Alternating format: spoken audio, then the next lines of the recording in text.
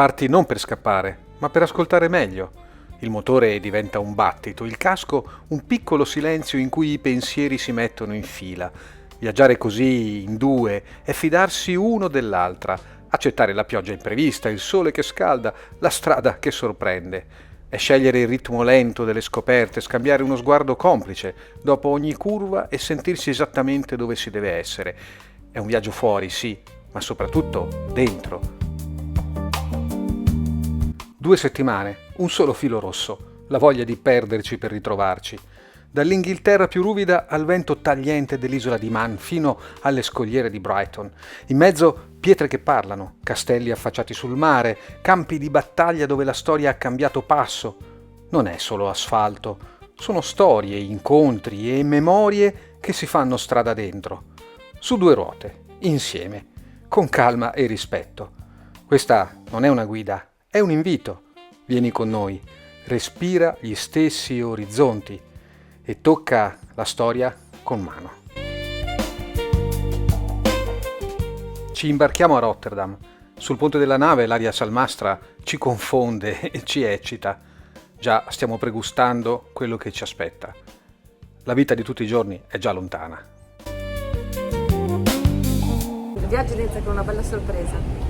Ve la sveliamo tra poco perché a volte l'universo complotta perché si facciano begli incontri, ma cose veramente incredibili. Comunque fra poco ne parliamo.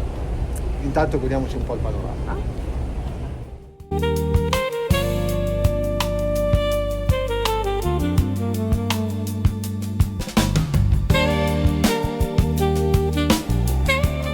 Avevo promesso una sorpresa, a volte veramente, lo dicevo poco fa, l'universo complotta per fare accadere cose belle, piacevoli, per fare incontrare persone speciali. Eravamo in autogrill e a un certo punto vediamo avvicinarsi una moto Seagull.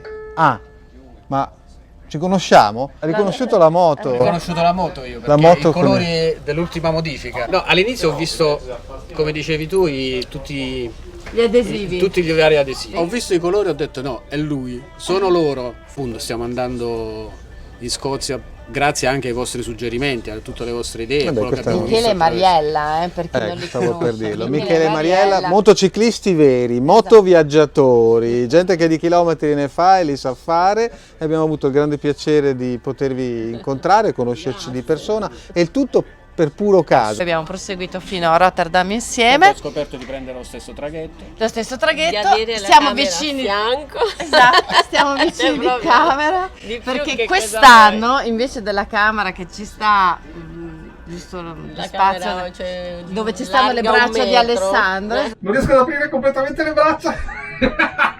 Perché lei è troppo lunghe. Esatto, abbiamo preso la camera vista mare con un oblò. Dopo essere stato vilipeso 2 anni fa perché la stanza era troppo piccola, quest'anno Camilla abbiamo dormito in una suite, guarda che roba. C'è non anche facciamola vedere adesso perché window, comunque avevamo pure l'oblò, sì. Fantastico. Dando il mondo da un oblò.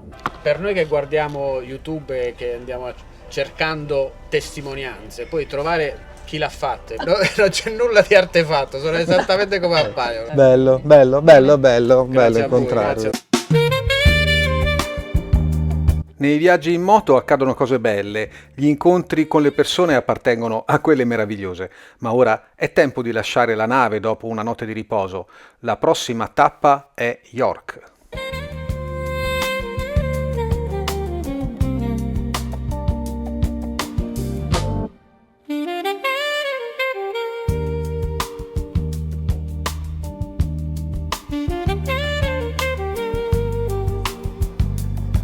The Society of Alchemists, andiamo a vedere. Allora, questo è incenso e c'è quello alla mela avvelenata, arti oscure, puoi scegliere mela avvelenata, arti oscure, luna piena, cosa vuoi? Luna piena. Luna piena, ok. Pensavo mela avvelenata, ma è andata bene. È andata bene.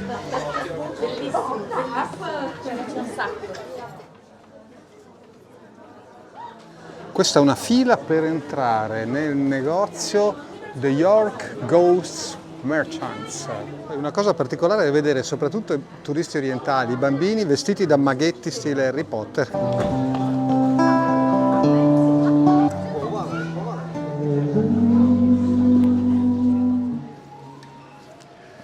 York è una città che vi sorprenderà sicuramente, è entrare in un pezzo di storia, vie caratteristiche, vie medievali. A un certo punto abbiamo attraversato la via principale del Shambles, molto turistica a dire il vero, molti negozi all'insegna della saga di Harry Potter, ma adesso siamo davanti alla cattedrale.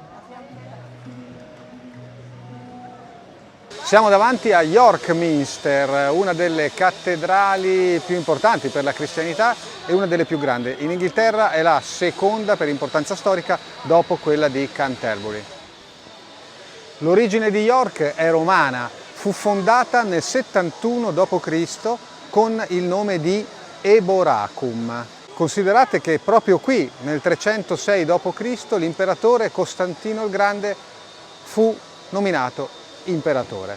Dopo la caduta dell'impero romano fu conquistata York dagli anglosassoni fino a che nell'866 non venne presa dai vichinghi. Nel 1066 ci fu la conquista normanna e fu lì che York cambiò volto. Furono edificate chiese, fortificazioni, le mura. Nei secoli successivi poi divenne un importante centro religioso e commerciale. E la testimonianza più importante è proprio la York Minster, la cattedrale.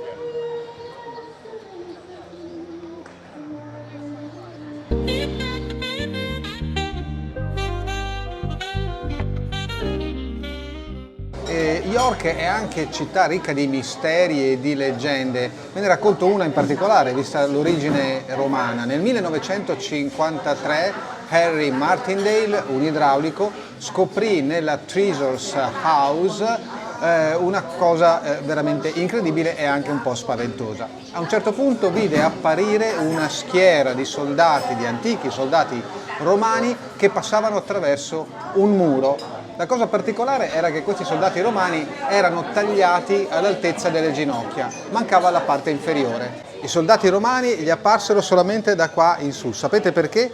Compiendo poi degli scavi scoprirono che c'era una strada romana mezzo metro al di sotto del selciato attuale. Quindi in realtà quei fantasmi stavano camminando sull'antica strada romana. Brrr. E qui siamo davanti a Bootham Bar, una porta le cui origini risalgono all'XI-XII secolo, nella parte più antica, ma origini ancora più lontane nel tempo sono quelle romane. Qui difatti c'era la principale porta romana.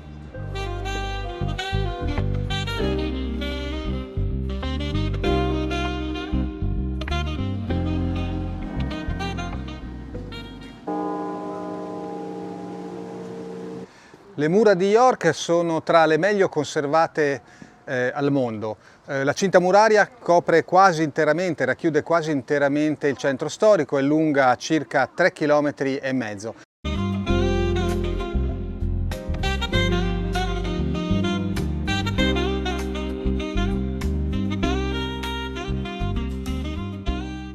Stretto, stretto, stretto, stretto. Abbassa le corna, amore. Ma io non ho le corna. No, no, era per un modo di dire. Incuriositi ci siamo infilati in un negozio particolare, gotico, ricco di curiosità, e vuole celebrare che nel 1877 York inaugurò la nuova stazione ferroviaria e lo ha fatto ricostruendo una carrozza dell'epoca. È molto carina, andiamo a vedere com'è.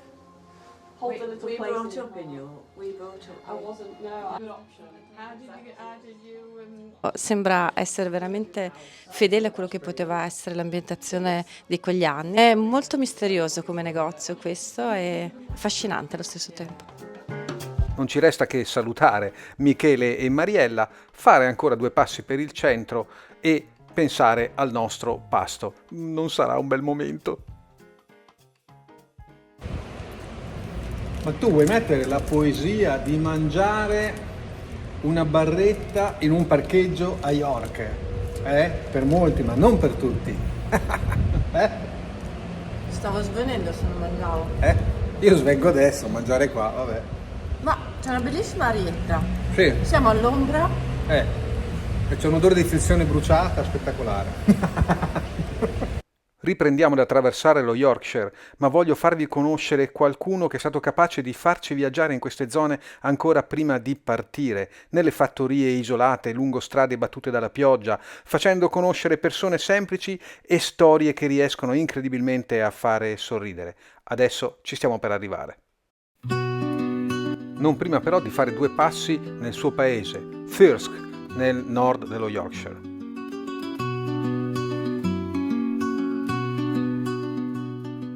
Ho trovato Sì? qualcosa che fa il caso nostro. Ah, una targa, dai, carina, la mettiamo in garage magari. Che c'è scritto? Una donna carina e un vecchio uomo scontroso vivono qua. Sì, io la appenderei fuori la porta di casa. No, a me non piace. Allora, ma tu ti chiederai perché siamo finiti in un paese di poco meno di 5.000 anime? No, io non te lo sto chiedendo. Va bene, dai, te lo chiedo. Visto che mi fai questa domanda, siamo qui perché Ma questo guarda, paese ha una storia James particolare. Elliot. Esattamente. Ma chi era James Elliot? Adesso andiamo a vedere. Ha venduto 80 milioni di copie dei suoi libri, tradotti e commercializzati in 20 paesi diversi, e viveva proprio qui. In realtà era un veterinario. Il suo vero nome era James Alfred White e leggere i suoi libri significa entrare in un mondo dove non succede nulla di straordinario, eppure tutto diventa speciale. Le colline dello Yorkshire, una fattoria sperduta, una notte di pioggia, un animale da salvare, tutto raccontato con ironia, tenerezza e una profonda umanità. E quando lo leggi ti sembra di essere lì, con lui, nello Yorkshire. La particolarità del museo è che sono stati conservati gli ambienti, o ricostruiti dove non era possibile, gli ambienti originali dell'epoca. Questa è la sala da pranzo, qua c'è il dispensario dove conservava i farmaci e li hanno lasciati come allora, una cosa incredibile.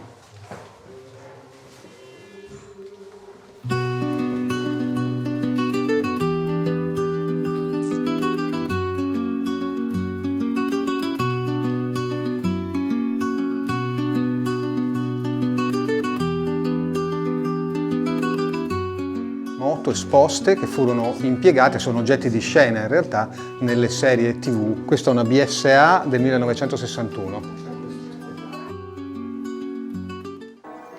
Hanno ricostruito anche gli studi dove giravano le serie TV. Ho sempre desiderato far partorire una mucca, proprio come James Elliot. No, non sono. No. Si sta lamentando. Ok, basta. Non è il mio mestiere. Va bene, non è il mio mestiere. Andiamo a recuperare la moto che è qua, bella bardata con tutte le nostre cose. Ci aspettano un paio d'ore di strada, Camilla. Per cui ci vuole un po' di pazienza. Ecco, gli stivaloni. Avevo tolto tutto. Tolto tutto perché non ne potevi più. E comunque adesso andiamo a vedere uno dei luoghi veramente più iconici che sorge su uno sperone roccioso a picco sul mare da oltre 1400 anni.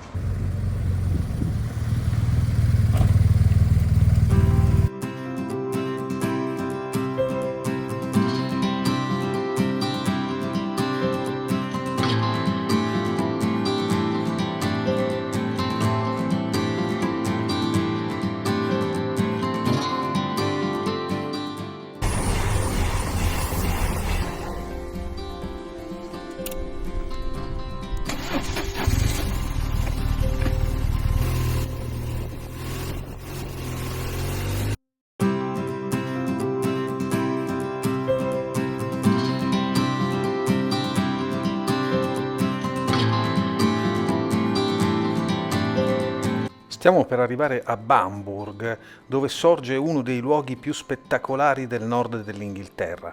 Un castello immenso, costruito su uno sperone di roccia a picco sul mare del nord, circondato da dune, spiagge sconfinate e una natura selvaggia modellata dal vento. Ma Bamburgh non è soltanto un castello da cartolina. Tra queste mura sono passati re, guerrieri, assedi, leggende. Stiamo arrivando e questa storia merita di essere raccontata. Dormiremo qui questa notte, una cena veloce, a letto presto e domattina sveglia all'alba per una visita che si preannuncia veramente unica. Ora di alzarsi. E piove. Visita bagnata, visita fortunata. Però Camilla, un po' più di ordine, voglio dire, cioè, qui, vabbè, lasciamo stare che lì la roba è quasi tutta mia. Vabbè, anche tu, scusa, prenota qualcosa di un po' più grande, spazioso, c'è un buco, non so. Allora, è la legge del contrappasso. Stasera ho prenotato io, vediamo com'è. Allora, innanzitutto hai visto la cabina spaziale che abbiamo avuto per la legge del contrappasso, cabina grande, stanza piccola. Comunque, non so se hai visto come si accende la luce in bagno. Aspetta, questa è spettacolare. Guarda qua. Suona la campana. Colazione dietetica, vedo. Questo cos'è secondo? Non lo voglio sapere. Guarda lì. Oh, anche la mia è leggerissima. Setta l'orologio. Questa sera alle 22 completeremo la digestione. Sì, infatti.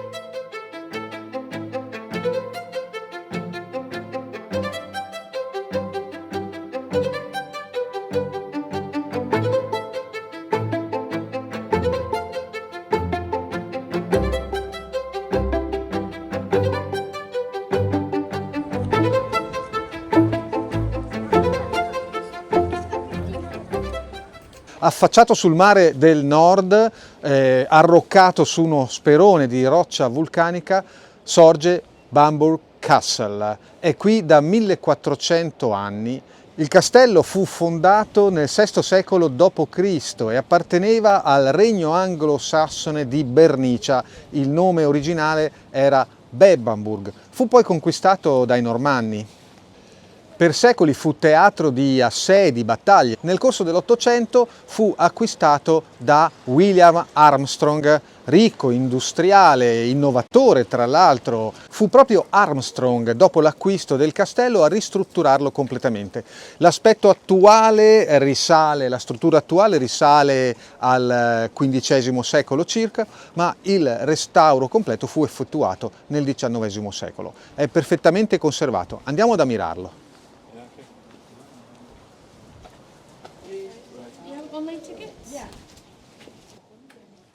I capelli in ordine, praticamente impossibile.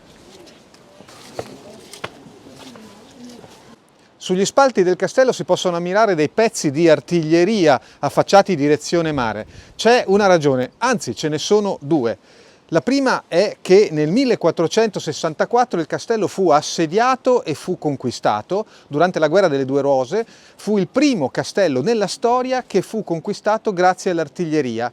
La seconda ragione è che Lord Armstrong, i suoi discendenti tuttora possiedono questo castello. Vi raccontavo prima che ristrutturò completamente il castello dopo averlo acquistato. Era un ingegnere, ma fu anche l'inventore, diciamo, del cannone a retrocarica, del cannone che veniva caricato dalla culatta.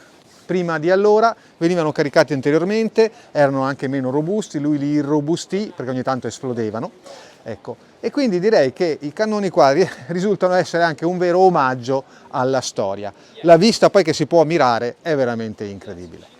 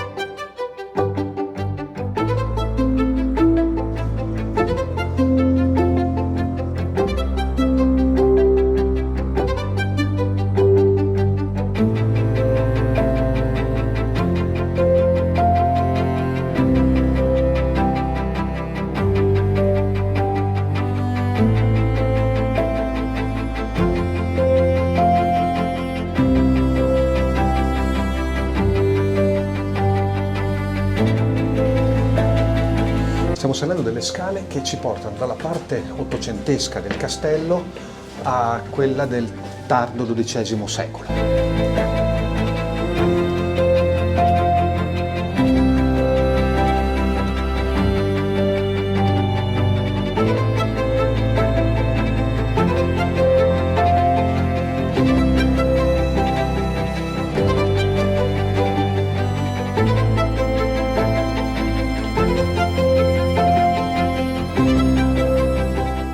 Oh, il trono è il posto giusto, ma anche per dirvi un'altra cosa. A quanto pare questo castello è stato di ispirazione per le leggende su Re Artù. Difatti pare che si fossero ispirati proprio a questo castello per descrivere Joyous Gard, il castello di Ser Lancillotto. Prima di lasciarci, perché fra pochissimo risaltiamo in sella, dobbiamo raccontare un'ultima storia sul castello, la leggenda della principessa Margherita. Margherita era una principessa bellissima e suo padre il re, però vedovo, decise di sposare una donna che in realtà era una strega. La strega, gelosa per la bellezza di Margaret, decise di trasformarla in un drago serpente. La principessa Margaret, trasformata in un serpente, si rifugiò in una collina qua vicino, da dove terrorizzava gli abitanti del villaggio. Un giorno però tornò il fratello di Margaret, che era stato via per anni, sapendo del drago terribile, decise di andare ad ucciderlo. Di fronte al drago sguainò la spada, ma il drago all'improvviso gli parlò con la voce di sua sorella Margaret. Il drago, con la voce di Margaret, chiese al principe di baciarlo 3 volte. Lui lo fece e così la liberò dall'incantesimo. Ma contemporaneamente la strega cattiva si trasformò in un rospo e fu condannata per tutta la vita a rimanere in quella forma. Bella, eh? Ma non era il principe che diventava... No, che era rospo e che se lo baciavi diventava un principe. Com'era? No, hanno fatto tutto al contrario.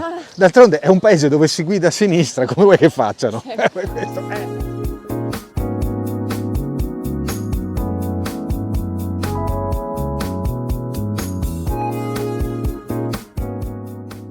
Lasciamo alle nostre spalle le mura di Bamburgh, ma il viaggio continua in uno dei paesaggi più affascinanti d'Inghilterra.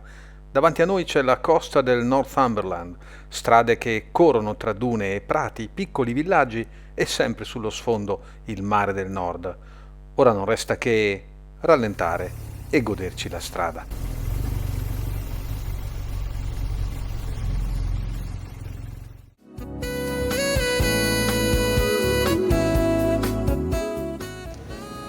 Andiamo della spiaggia?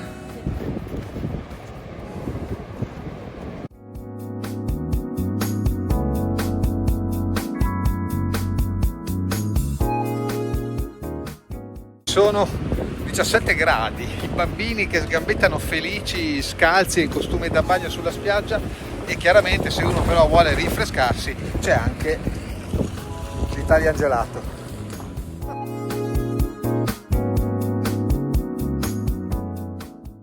Lasciamo la costa selvaggia del Northumberland e puntiamo verso ovest.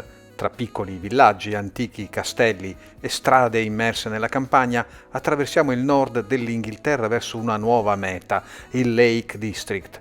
Ci aspettano laghi incastonati tra le montagne, vallate verdissime, piccoli borghi di pietra e strade tortuose che sembrano disegnate apposta per essere percorse in moto. È uno degli angoli più spettacolari e romantici d'Inghilterra, ma questa è un'altra storia e ve la racconteremo nella prossima puntata.